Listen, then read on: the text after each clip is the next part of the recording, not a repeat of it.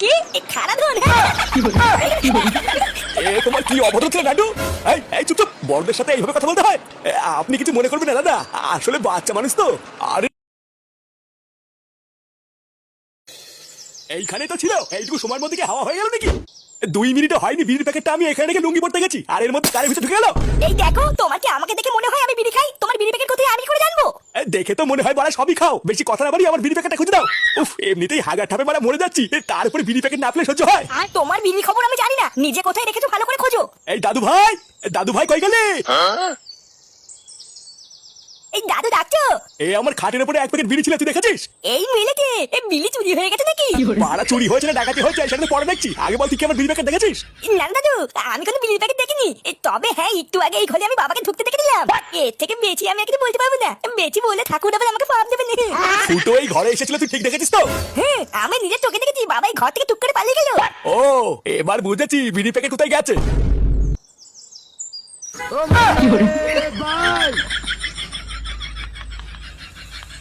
কি রে সে কুমারী, আমার বিড়ি চুরি করে তুই ঘরে বসে খাচ্ছিস? আগে বাইরে লুকি লুকি খেতিস, আর এখন বাপের তোমার মেরে ঘরে বসে খাওয়া শুরু করেছিস? বোকা চোদা, কিছু বলি না বলে দিন দিন তো সাহস বেড়ে চলেছে। হ্যাঁ দাঁড়া, ওরে বাচ্চা, আজকে একবার কাজ থেকে বাড়ি ফিরি, তারপরে কাজ আমি খুলছি। পুঙ্গা মেরেছে রে, মারা বিড়ি খাওয়ারও আমি আর সময় পেলাম না। আজ লেওরা নিঘাত কপালে চোদন আছে, মারা বাড়ি থেকে পালাতে হবে।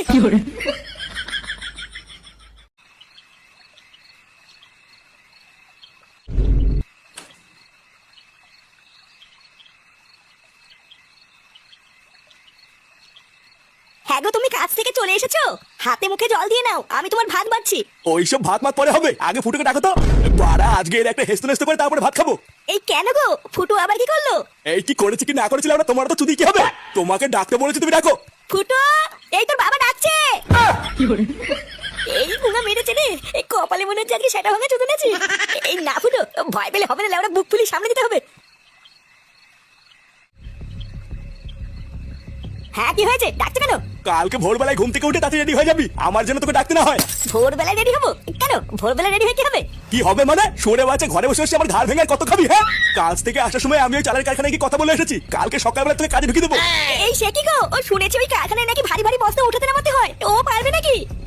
দিনে 3 বেলা থালা ভরে ভরে ভাত খাওয়া, আমার বিড়ি গার্মেন্টে খাওয়া, এগুলো তো ভালোই পারে, আর ওটা পারবে না? না পারবো না, ওইসব বাল কাজ আমি করবো না, বুঝলো তো? আমার আর খেয়ে দে কাজ নেই, আমি ধানের কারখানায় কি বস্তা নেবো নাকি? এই দেখ ফুটো, সকাল থেকে কিন্তু আমি আমার ডাকতে ধরে রেখেছি, মাথাটা কিন্তু আর গরম করে সামনে দিলাম।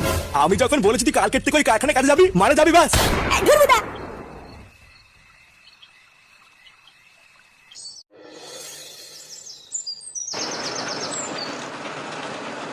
এই নমস্কার হারাধন বাবু। আরে নান্টু, এই সবের আবার কি দরকার? তুমি যে কি করো না তা বলো, হঠাৎ এইখানে কি মনে করে? এই যে এইটা হচ্ছে আমার ছেলে, মানে তা দাদা, আপনার এই কারখানায় যদি আমার ছেলেকে একটা কাজ দিতেন তাহলে খুব উপকার হতো। সে কি এত কাজ থুয়ে শেষমেশ আমার এখানে কাজের জন্য? আরে না না নান্টু, আমার এখানে যে কাজ ও পারবে না। এই না না, আমার ছেলেকে এইটুকু দেখলে কি হবে? ওর গায়ে কিন্তু জোর আছে, ও পারবে। এই কিরে, পারবি তো? আরে না, এইসব আমার দ্বারা সম্ভব না, এইসব বাল কাজ মানুষ খায় নাকি? শোনের বাচ্চা বেশি আলবার বকলে এমন সেটা ভাঙবো না। আসলে ওই যে বলছিলাম, ও কিন্তু সবই পারে। আচ্ছা তা তোমার নাম কি? ফুটো ফুটো ফুটো আমার নাম। কে? ফুটো? এ আবার কেমন নাম? তোমার ছেলের কি নাম দিয়েছো নান্টু? ও ফুটো? বাল দাঁত কেলি অন্ধকার। আর তোমার নাম কি? আমার নাম হলো হারাধন ভস্রী। কি খারাপ ধন? তোমার কি অবস্থা ছিল নান্টু? এই চুপ চুপ, বড়দের সাথে এইভাবে কথা বলতে হয়? আপনি কিছু মনে করবেন না দাদা, আসলে বাচ্চা মানুষ তো। আরে না না, ঠিক আছে, তাহলে তুমি এখন যাও নান্টু, আমি তোমার ছেলেকে সব বুঝিয়ে পড়িয়ে নেবো। আচ্ছা দাদা, ঠিক আছে।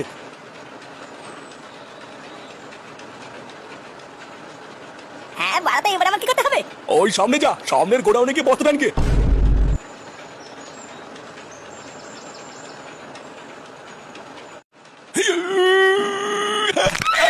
বাবা রে, উড়িয়ে মাজাটা মনে হয় গেল রে, উড়িয়ে। কি হলোটা কি বলতো? বাড়া সেই থেকে দেখছি একটা বস্তা নিয়ে গুদুর করছো। লেওরা সেই সকাল থেকে একটা বস্তা তুলতে পারোনি, তা কাজ করছো না ছেলে করছো?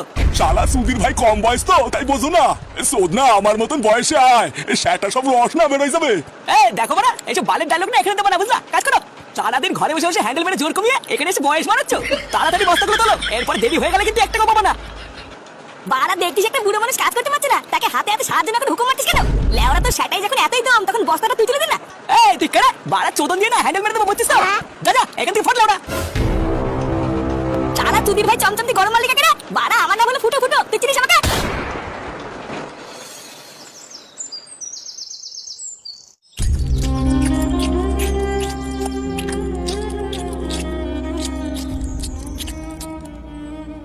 এই তোমার কি হয়েছে বলো তো? এই সেই থেকে মুখটা এমন সরে শাটার মতন করে রেখেছো কেন?